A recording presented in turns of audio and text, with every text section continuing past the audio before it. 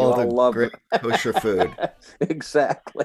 Yeah. I Well, keep you we'll going. have to wait. We'll have That's to wait a good few part. months before we get to kashrut and Leviticus, and then we can So go through all of this. we can go trafe until then. Is that what you're saying?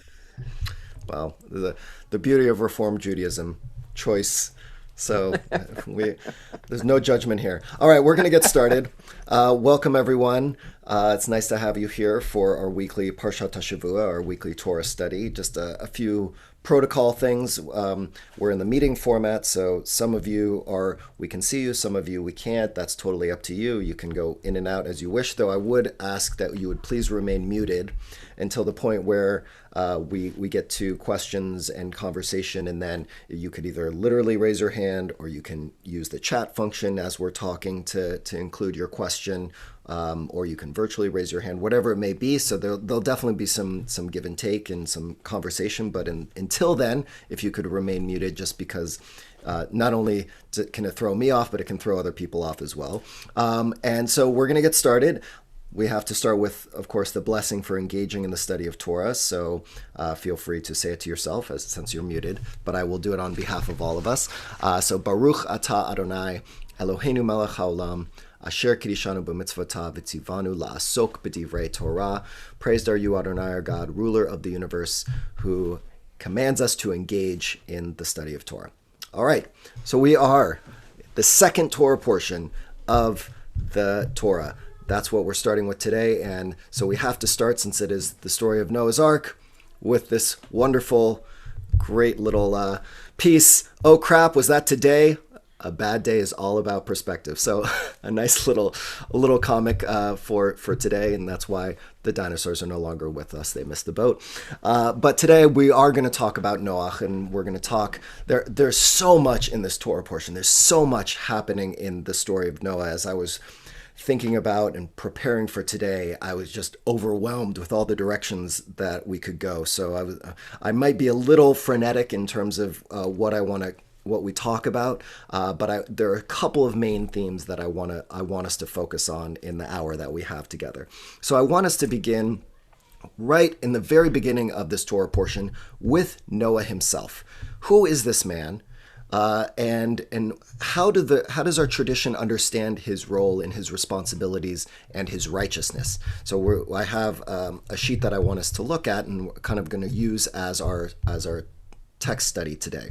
So in the very beginning, the first line of this week's Torah portion is, these are the Ele Toldot Noach ish tzadik tamim haya.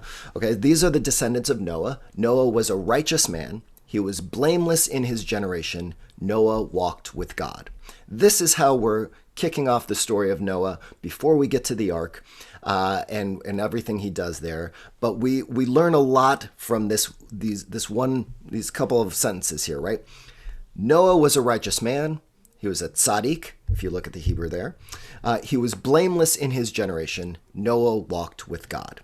Now, the rabbis and throughout our tradition have had a lot of thoughts about this. So what I want us to do is look a little bit about the contrasting views that our tradition holds about what it means for Noah to be righteous in his generation.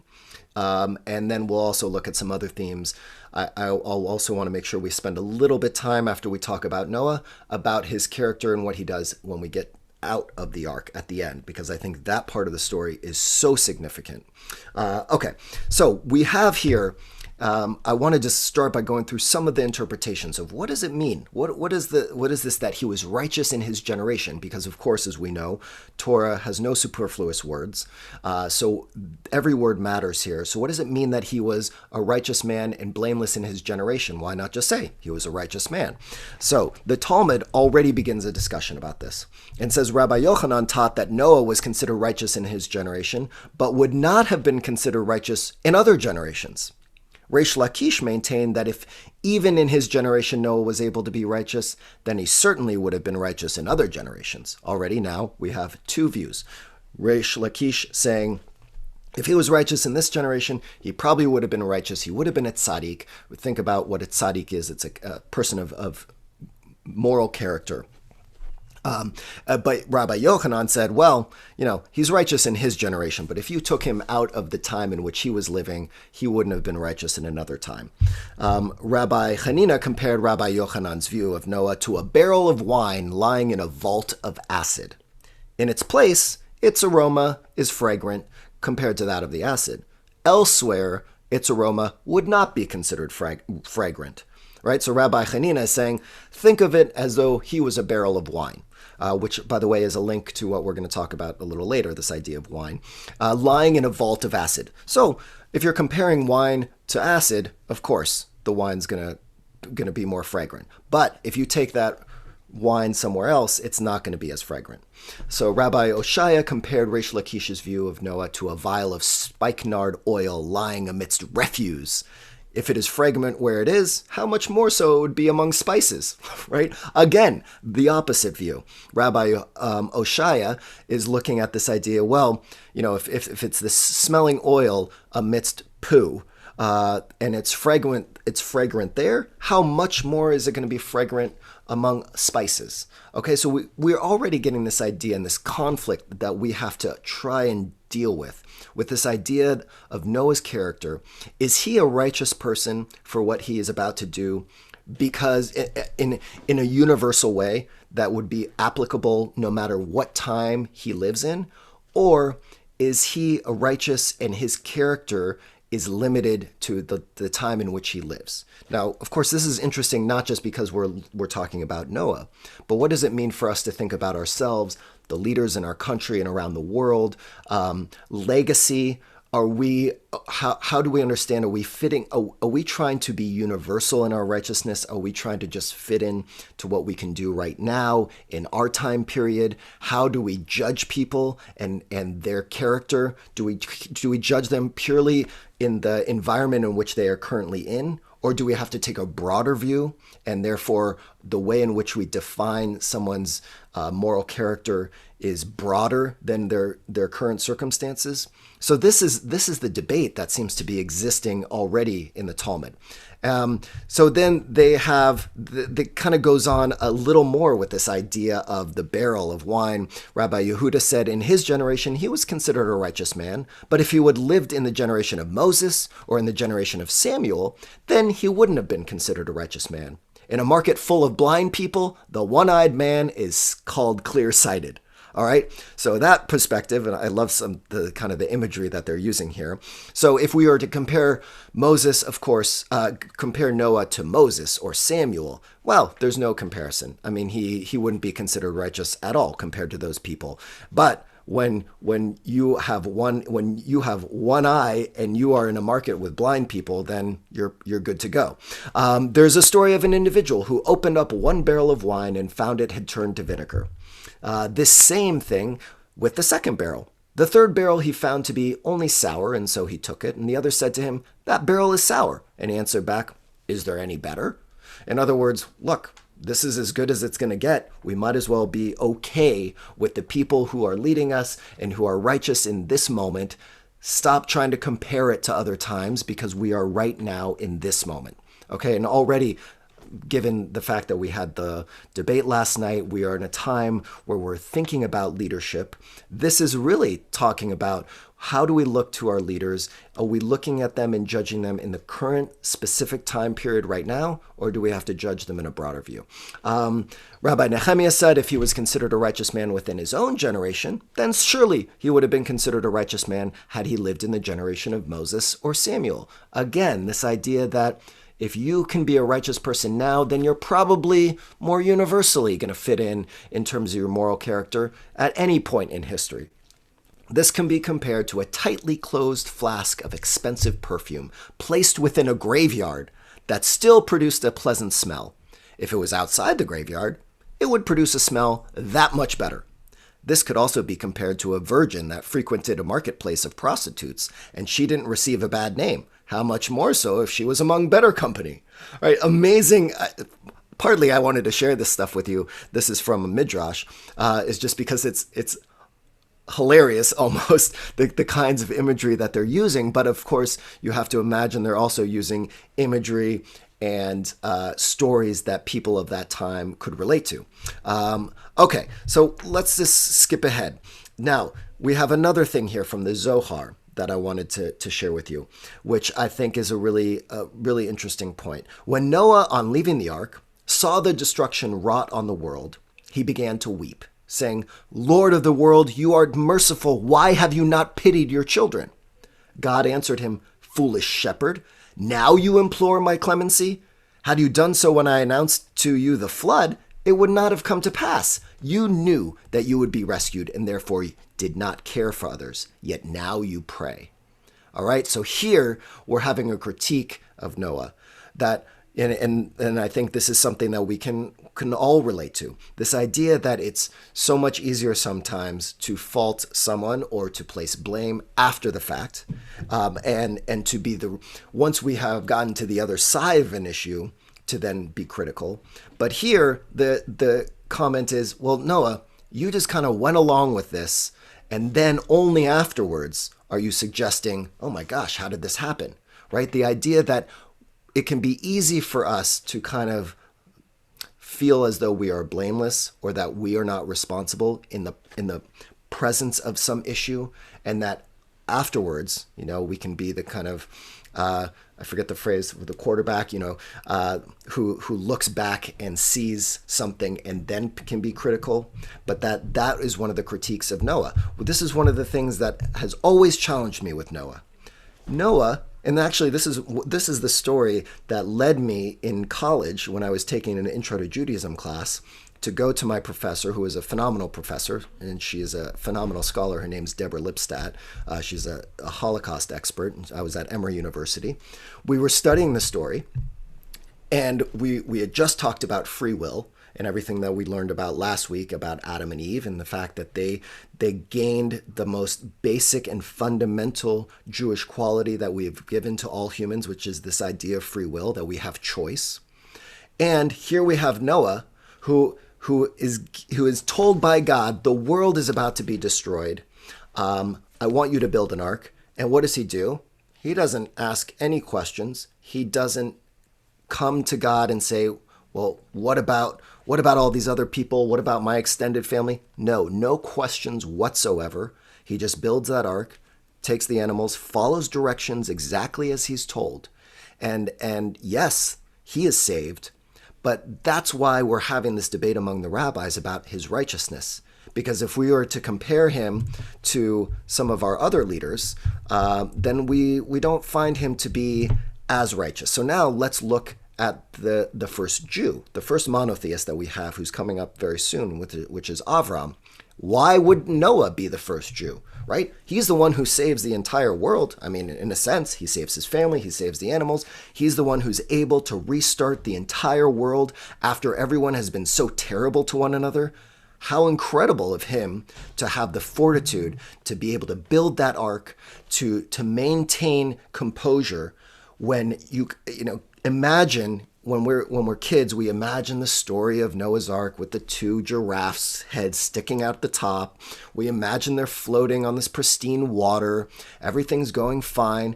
But if you were to be realistic, and if you were to think about any images we've ever seen of any floods anywhere in the world, it is not a pristine, beautiful landscape, right? There's death and destruction all over the place. You imagine the intensity of this flood destroying the entire world.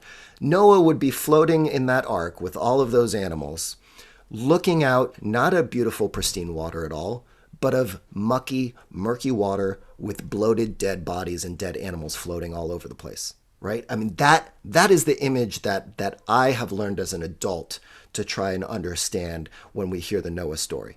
That the challenge, the positive for Noah, is his ability to, when times get rough, he just gets straight to work, he builds that ark, he does his job, and he moves forward. The challenge, of course, is that by doing so, he's focused so much on his own needs, his own survival, and only just following orders, that he doesn't create any space in the conversation with God, or even with anyone else, since he has no dialogue, about what is going on here. Could this be changed? Could this be stopped? And that is why Noah is different from Avram, Because Avram, if you remember from his stories, Sodom and Gomorrah, the most wonderful and relevant example of this, which is coming up, of course, soon, is this idea that he argues with God, right? And he questions God's desire to, again, destroy these two towns. And there's that back and forth. And that's what sets Abraham apart from someone like Noah. So let's look at how the rabbis compare a little bit Noah to, if we were going to look at Abraham. When Avram was 99 years old, Adonai appeared to Avram and said to him, I am El Shaddai, walk before me and be blameless. Right? If you remember what we saw right up here, Noah walked with God. Okay, so Noah's the first one who walks with God. And what does that mean? Right? We can imagine the idea of having a relationship, right? The idea of walking with someone is that if you're walking with someone, you have some kind of relationship with them. You're not walking by someone. You're not walking towards someone. You are walking with someone, right? In this case, Noah is walking with God. There is clearly a relationship there, right? And Noah's relationship with God seems to be a little bit more one-sided because he listens to God kind of like a parent and a child, maybe, where the parent is guiding the child. So he's walking with him, but it doesn't seem to be the type of relationship that our tradition is challenging us to try and establish with our connection to God and our connection to a value system. So here we have, I am El Shaddai, walk before me and be blameless. So the Midrash says, Noah said to Moses, I'm greater than you are because I was saved from the flood, right? He's the only one of all the people in the whole world that were saved. Okay, that's a good argument. But Moses replied, I'm better. I was able to save my generation who committed the sin of the golden calf and myself. You only saved yourself. You didn't have the strength to save your generation as well. Right? Okay, so this is about Moses, a little different than Abraham, but you get the point here, right? And again, that struggle with is being saved, is being successful the definition itself. If you can be successful in your own right for yourself, is that enough? According to this midrash, it would suggest no. The real goal of being a leader, of being righteous, of walking with God, is the ability not only to be successful in your own right, but to somehow be able to impact the success of other people around you. That's the real test of what success is. The Zohar goes on to say Noah did not intercede on behalf of the people of his generation, as I was just alluding to, whereas Abraham came forward to intercede with God on behalf of the inhabitants of Sodom and Gomorrah, as soon as the Holy One of Blessing spoke to him on the plan to destroy those cities. So we just already covered that. And Rashi says, it is possible that Noah needed to walk beside God so that God could support Noah in his righteousness. Abraham, on the other hand, drew his righteous strength from within himself. He could walk on his own. And therefore, that would be the reference in why Rashi is suggesting walk before me versus walk with me. That Noah needed support, right? And again, this parent-child idea that in this case, Noah had his righteousness. He was fine. He was a good, he did what he had to do. He followed orders. He completed the task. But the difference between him and Abraham is that Abraham was able to find inner strength. And when you can do that, then you can walk on your own, and then God can support you, but God is not there to hold your hand and get you through the task. I love little parables like this. So there's a lot of parables in Midrash and throughout. There was a king who has two children. He asked the younger child to walk with him because the child's spiritual faculties are undeveloped and inferior. The king asked the older child to walk before him because the older child's spiritual powers are developed and superior. Okay, so these are just a few things about Noah and righteousness and this tension that exists even among our tradition to understand how are we supposed to understand Noah's character and the success of Noah. How successful is he? Yes, he's successful to a degree. As I said, he fulfills his task. But is that good enough according to our tradition? It doesn't seem so. So at this point, let's just pause for a minute in case there are any questions about this section in particular, anything we're talking about, or any reflections you have on this, the challenges that our tradition seems to be upholding here. Yeah, Susan. Oh, can't hear you for some reason. I have trouble with the comparison with Abraham. In that Abraham agrees to sacrifice his son. Yeah, Am I all blurred in here, or is it you just? are. No, it's not just you. Oh, Thank God, right? I'm trying to. Okay, it must be something with the camera. So I'll. That's all right. We can still hear you. Oh, there you go. Nice. There. Um, Good. It's not my eyes. Yeah, he doesn't argue with God on that. He argues with God on Sodom and Gomorrah, which were corrupt, horrible cities. I mean, absolutely horrible. When Lot says, "Here, take my virgin daughters, but don't take these strangers." That troubles me. And then also Abraham with Sarah passing her off as his sister. So I get that because he doesn't want to be killed, but I have trouble with that comparison. Yeah, you raise a really good point. We're not supposed to see, as with all of the characters in the Torah, what's so nice about them is that they're realistic in the sense that they are all flawed, right? Abraham is far from perfect for those two instances that you just referenced. And that, of course, is, I think, one of the reasons why the Akedah is read on the high holidays, because of that conflict of a man who, when it came to people he didn't even know, to the anonymous people in the town, in these two towns, he was willing to stand up to God and be combative with God and question God and create this sense of consciousness, conscience, I should say. But when it came to his own son, of course, he seemed to just stand back and do similarly to what Noah does here, right? So that I think would be a whole exploration of Abraham's character. And you're right. But I think the rabbis are really looking at, well, why is Noah, one of the underlying questions of these kind of disagreements that they seem to be having is, why isn't Noah considered the first Jew? Why he's the first one who we're told walks with God? I mean, that's pretty significant. There's an intimacy there that this character Noah has with God. So why would our tradition then and the Torah itself not put him at the center, and instead it's Abraham who's put at the center? So I think that's what they're struggling with and trying to understand here, is what differentiates the two of them, and that overall Abraham's character seems to outshine what Noah does. But you raise a really good point. Yes, Jeff, I see you have your hand raised. Go ahead. There are a number of things that come to mind about this. Number one, remember, Noah was not given the opportunity, as we know it, to intuit the Torah as Abraham was in his behavior and his actions in his life. He was grounded intrinsically in Torah. Noah is not stated to have that knowledge, number one. Number two, you have 10 generations from Adam to Noah.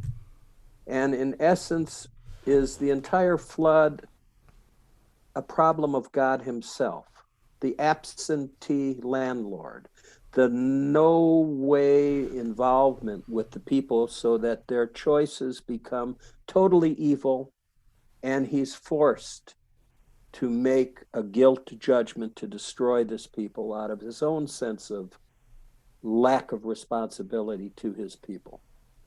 You could look at it in those psychological terms.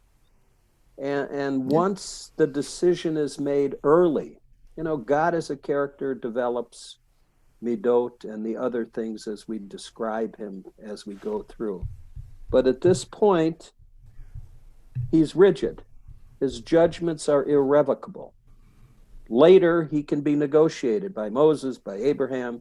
There can be some discussion and amelioration of the judgment. Here, the judgment is absolute and there's no return, there's no negotiating. So that God evolves as a spirit as well, as a character in all these stories, as well as the patriarchs and matriarchs. Great. Nothing is perfect. Yeah, you're right. Good. I like this idea that even as humanity is evolving throughout the beginning of the Torah, and let's be honest, throughout the entire Torah, so too is God, potentially, depending on your theology. evolving as well. And that this is an examination also not just of Noah's character, but how can we look at God, and is God developing and changing as the Torah takes us through the evolution of humanity, that there's also then therefore the evolution of God's self. Great points. Any other comments or questions at this point? Okay, so going a little bit to what Susan had raised, Martin Buber teaches, in reality, Noah and Abraham were selected for different roles. Noah was picked for survival. Abraham was picked, like Isaiah and Jonah, to go before God in order to convey the word of God, a mission that included others. Noah's fate is bound to being the sole survivor of his generation. But Abraham's fate goes beyond his time toward history. Abraham's faithfulness is God's hope, not only because of what Abraham was bedorotav in his generation, but more significantly because of what became of his descendants. Right? Again, we come back to this idea of what is our role, right? This is really also an examination, I think, of how we are supposed to understand our place. Are we attempting to be like Noah, or are we attempting to be like Abraham? It's not necessarily suggesting here that Noah is bad, or that Noah is a bad example, but there tends to be seemingly two pathways where we can kind of understand our own role. Are we here to fulfill a role specifically for our time in kind of this space?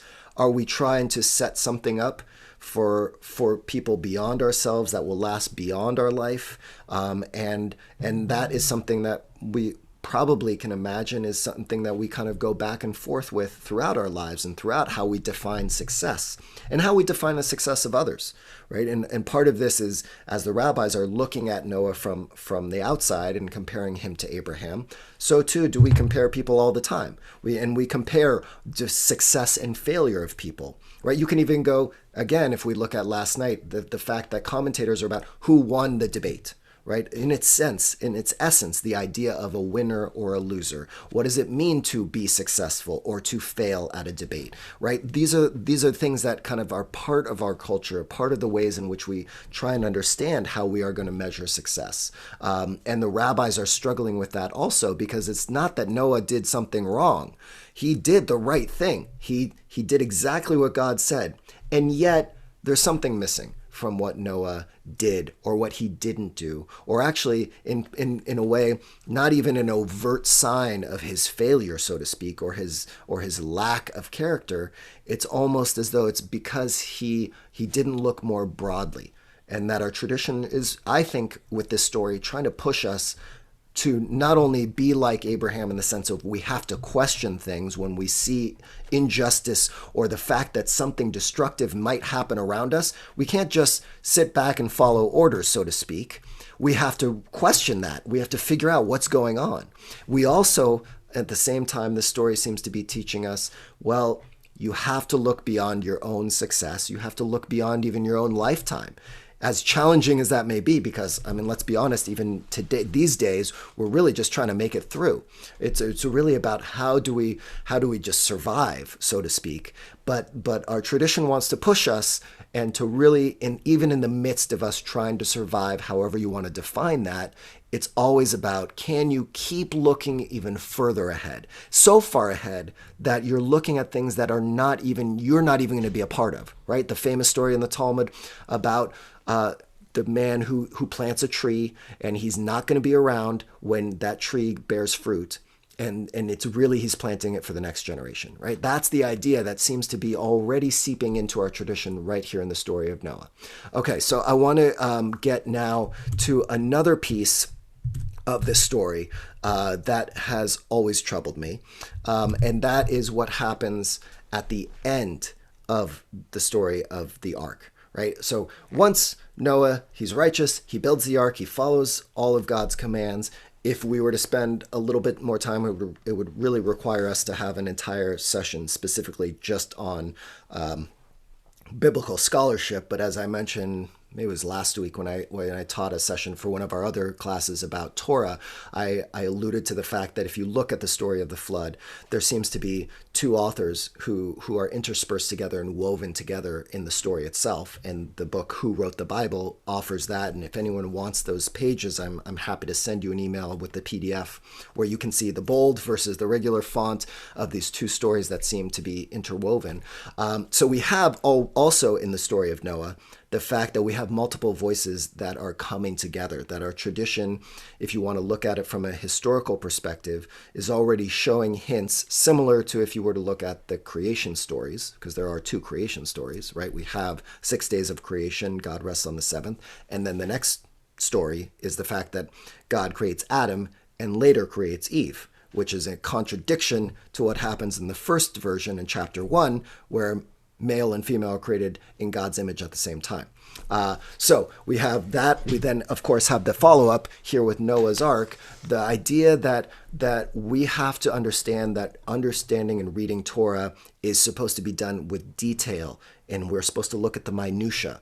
And similarly, as the way in which we study Torah is supposed to be done by looking at the minutia, we are supposed to examine ourselves, examine the world in the minutia, right? And Abraham Joshua Heschel, who famously talked about this idea of radical amazement, that one of the ways in which we are supposed to live in our lives and live in the world is to recognize and be radically amazed by the little details that we find all around us, from a rock to the sky to whatever it is, that if we could somehow be more connected to this idea of radically amazed by the world in which we live, that would deepen our spirituality, deepen our connection to God, and allow us to walk, so to speak, with God in a more meaningful and deep way.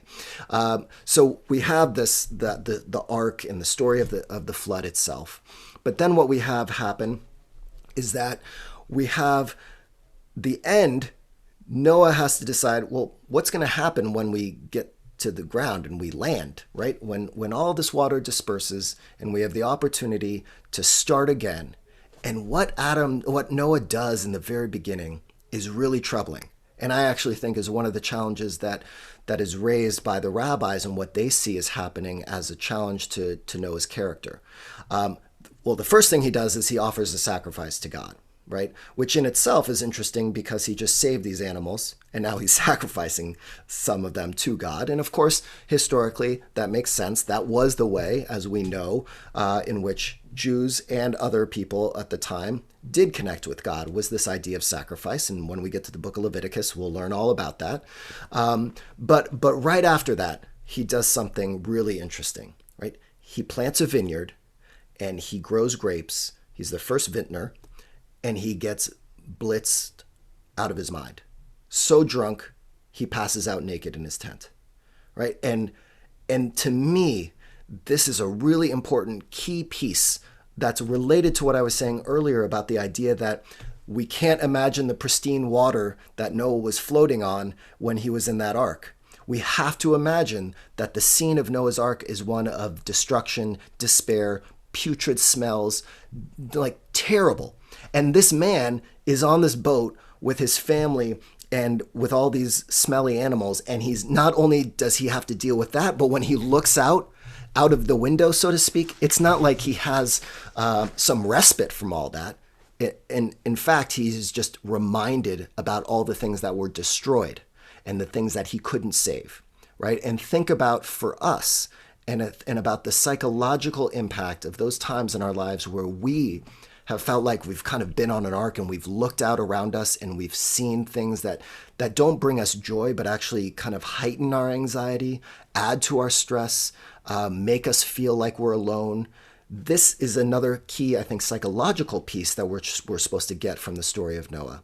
And what he does at the end is a warning for how we have to beware of how we respond to that tragedy, to that insecurity, to that despair, to that stress. Because what he does is he gets drunk, right? He's the first alcoholic.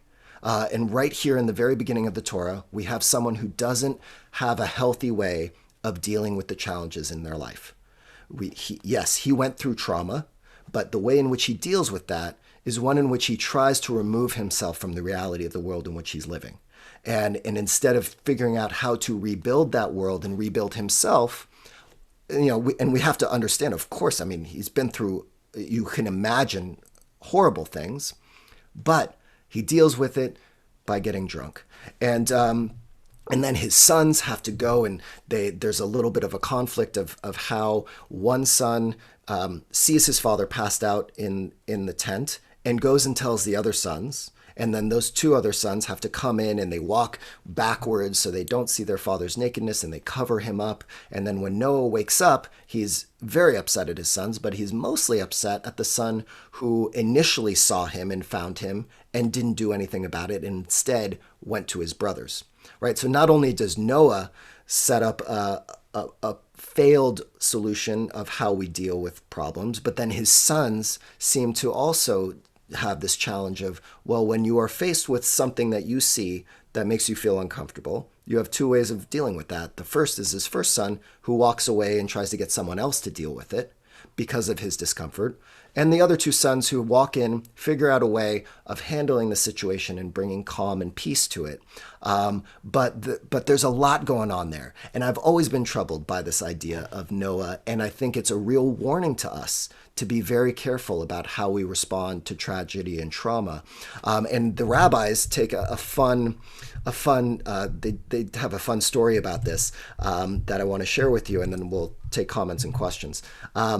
This is from the Tanhuma, more Midrash. When Noah began planting, Satan came, stationed himself before him, and asked, "What are you planting?"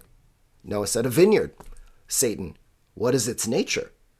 Noah, "Its fruit, whether fresh or dried, is sweet, and from it one makes wine which gladdens a man's heart." Satan, "Will you agree to let both of us plant it together?" Noah says, "Very well."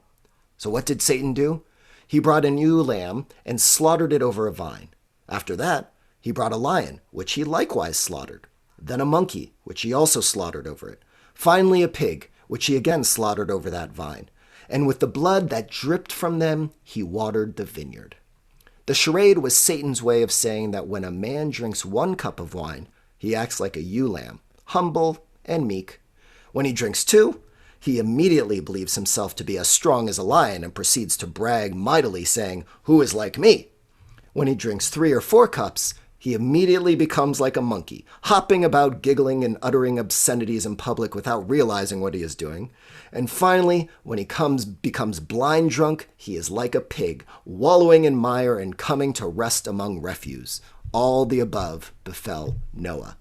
Right, so I think it's a great story. It's a great way of trying to teach us the limits of drinking. This would be a good thing for us to share with all college students, so that they can be aware of what they're getting themselves into.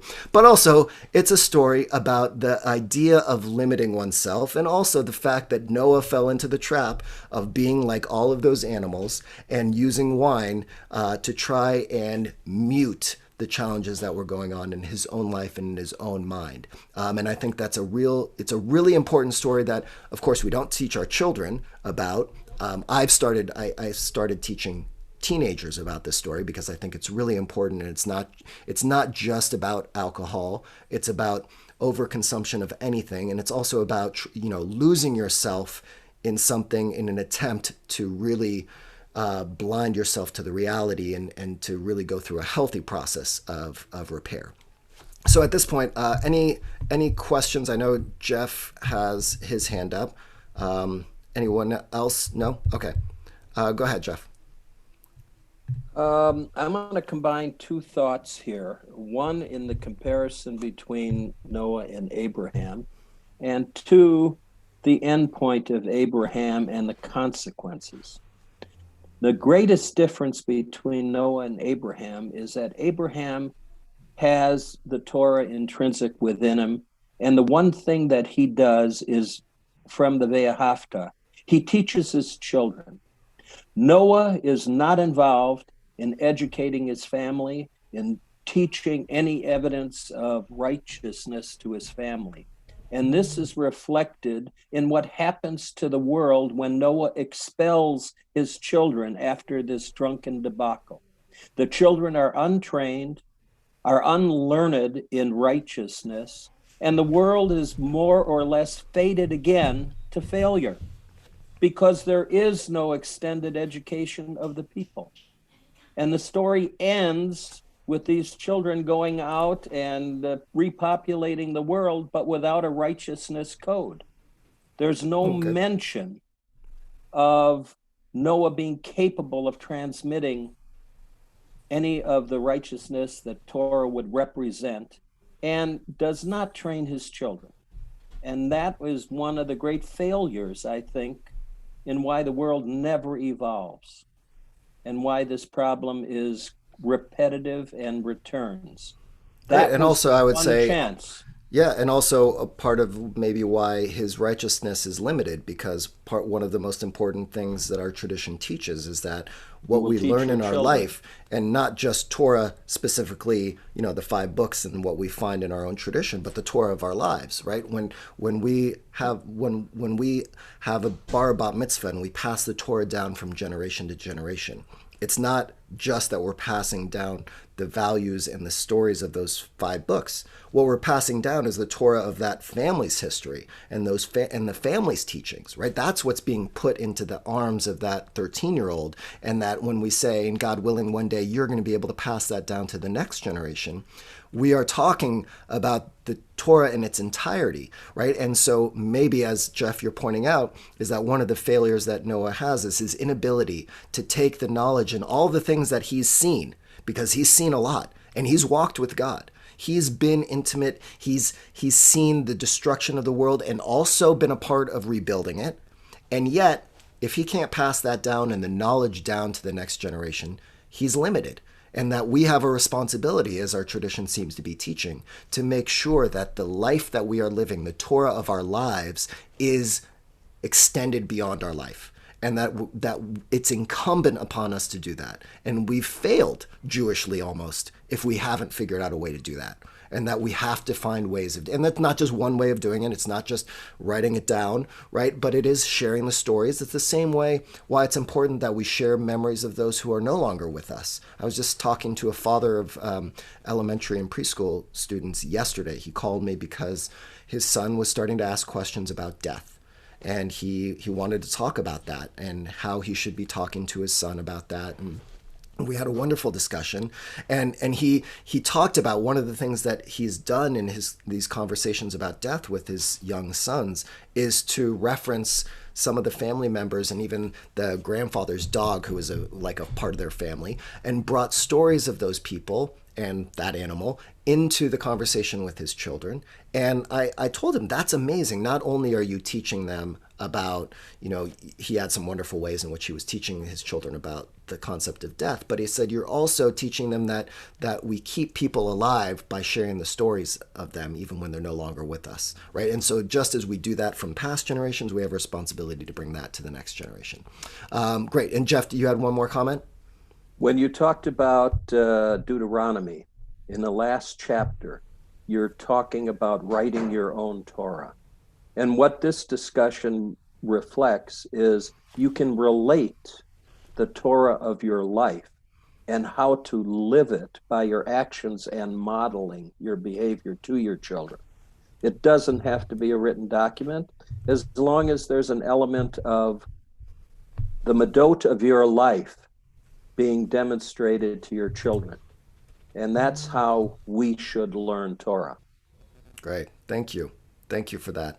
A couple other pieces as we're starting to wrap up that I want to point out. More kind of little fun facts. Number one, that there are some who say, well, it's because of Noah's Ark and the fact that right after the Ark, we are commanded by God that we can eat anything, including the vegetables and all the animals, that up until this point, we were vegetarian. And that there are some who argue that we should all be vegetarian because in the very beginning, in the Garden of Eden, etc., Adam and Eve and the first humans were not eating meat. It's only after the destruction of the world and the story of Noah that we then turn to this idea of eating meat. So that is just an interesting way in which some people, using their Jewish values, going back to something I talked about last week about this idea of Torah, of obligation and what do you connect with and how do you hold on to Torah and feel obligated to some of the mitzvot or elements of the tradition. Some people use that story as the basis for why they are vegetarian. That if you want to go back to the core of what the Torah is trying to teach us about the way in which we are supposed to be in relationship with the world, that our relationship is one in such that we eat the vegetables, but that animals are not supposed to be eaten. So that's one thing. And then the other is this idea of brit, of covenant, right? We're going to have the second idea of brit or covenant coming up with Abraham, of course, and the idea literally of bris, of the brit being the circumcision. But we have to understand covenant in the sense that there is the covenant and there's the sign of the covenant, right? There's some symbol that seems to represent the relationship that comes with the covenant, because there are three big covenants. I think I also mentioned this last week, so I'm sorry for those who heard that are now hearing it again. But the first covenant happens between God and all of humanity, and happens in this week's Torah portion, where God says, after the flood, I am no longer ever going to destroy the world again. And the sign, the reminder of my connection to you and my commitment to you, humanity, is the rainbow in the sky, right? So the rainbow becomes the symbol of the covenant between God and humanity, that God will never destroy the world again.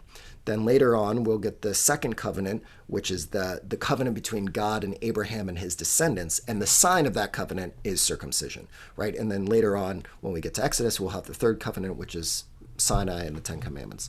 So it's, again, this is a really significant moment in the history of Torah and in the history of humanity, according to our tradition, because not only is God not destroying the world, but God is making a commitment to us.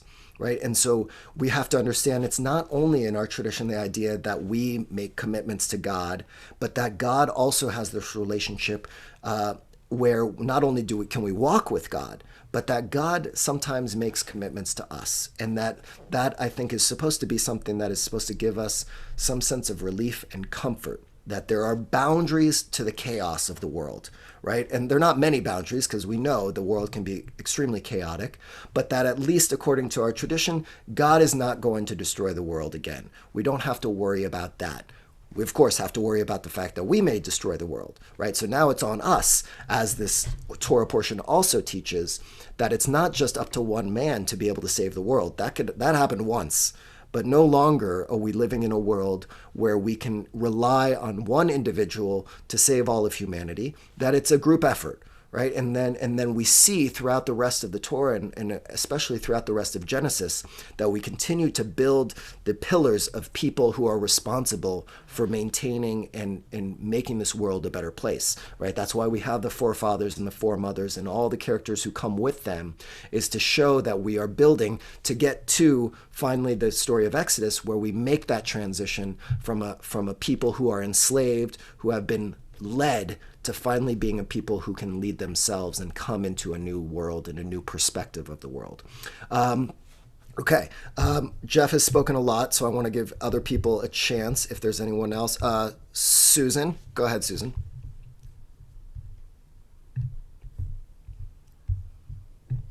Okay, so how did they get the Noahide laws from this story?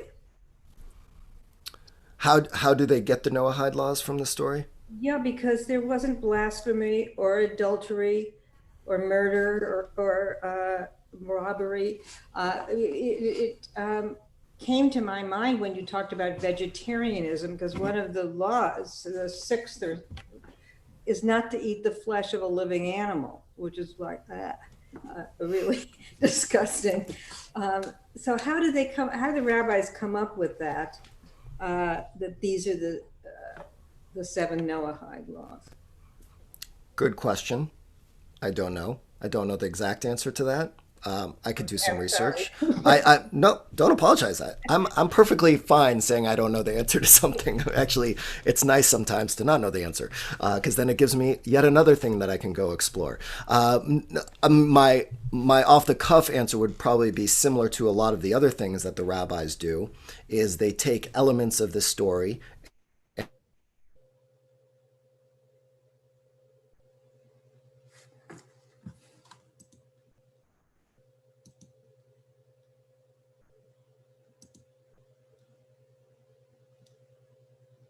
and they riff. You're frozen, Rabbi, as you know. Frozen. Nope, not yet. Not coming through.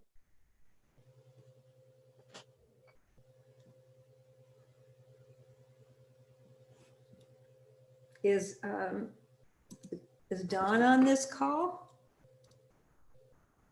I'm here for communications. It's not Dawn, it's me. That's Hannah. Yeah, sorry. So I'm trying to see what I can do to help him, but it's most likely the internet at his house. So Yes. Oh, Yes. yeah, I don't see Hannah's name here. no, I'm under the webinar account. Susan. Hold on, I'm gonna Rabbi Nickerson is back. Hold on 1 second. Oh, He great. re-logged in. Let's see if that makes a difference. Hold on. There we go. Oh boy. Intermittent. Okay. Better. Hello. Back There you again. You're okay now. All right. Well, now I'm on my phone. My computer is completely I'm whacking sorry out. to freeze you with that question. Seriously. Wow, Susan. And now you see behind the scenes. Unfortunately, you see the green screen. I'm not actually in that beautiful setting that I had before.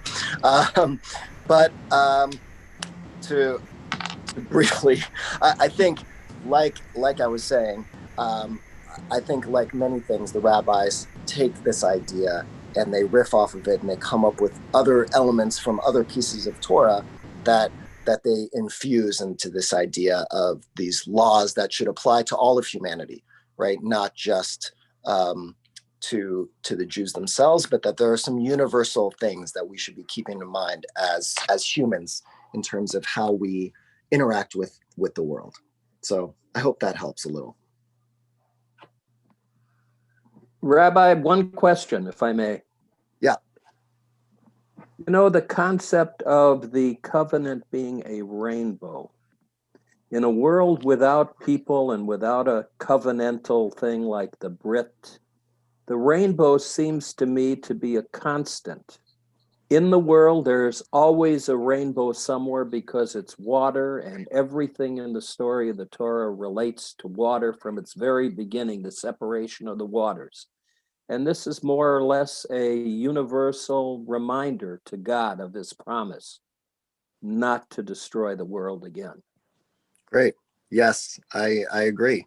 And I think we are supposed to imagine, similar to the idea that the rainbow has all these different colors in it, right? That the way in which we are going to make sure that the world is not destroyed anymore, and since God is not going to destroy it, is that it requires us to bring the people, not only of just people of all different colors and faiths and beliefs, but that it's the integration of a variety of perspectives of thought, and the fact that the diversity of opinion and the diversity of individuals is what leads to us to maintain the world and not let it get destroyed again, and for us not to be responsible for that destruction.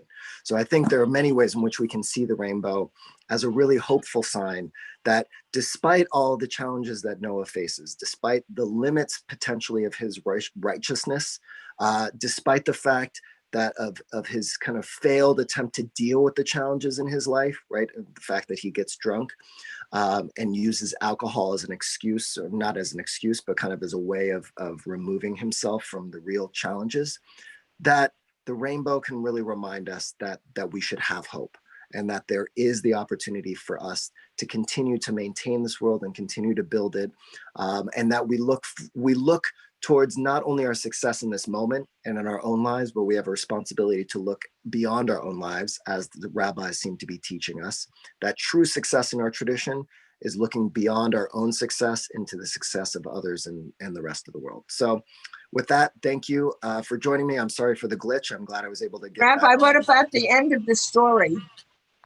You said that you were going to talk a little bit about when they left the ark, about the situation that happened. No. Oh, well, that was the part about what happened when they get off the ark is he plants a vineyard, and that the whole thing about that. Yeah. All right. Thank you all very much. Again, I'm sorry for the technical difficulties. Thank you for sticking around, if you were able to stick around, even with that. And of course, feel free to reach out to me if you have any questions, you want to talk about anything else related to this or anything else. And of course, Torah Study will be back next week for more, Friday, 12 p.m. And of course, there's a whole range of classes going on Monday through Friday. So feel free to check out our website or our daily emails to find out more information about that. Shabbat Shalom. Have a wonderful Shabbat Shabbat. Shalom. Thank you so much. Thank you, everyone. Goodbye.